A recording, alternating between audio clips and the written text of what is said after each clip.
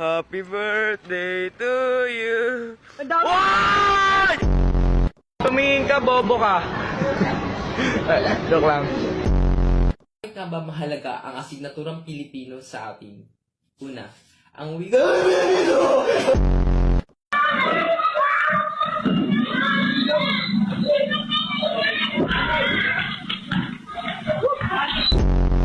Oh, yung panty pala, ibalik mo. Paano ka pati magpapanty? damit. Akala ko ba lalaki ka? Dapat brief.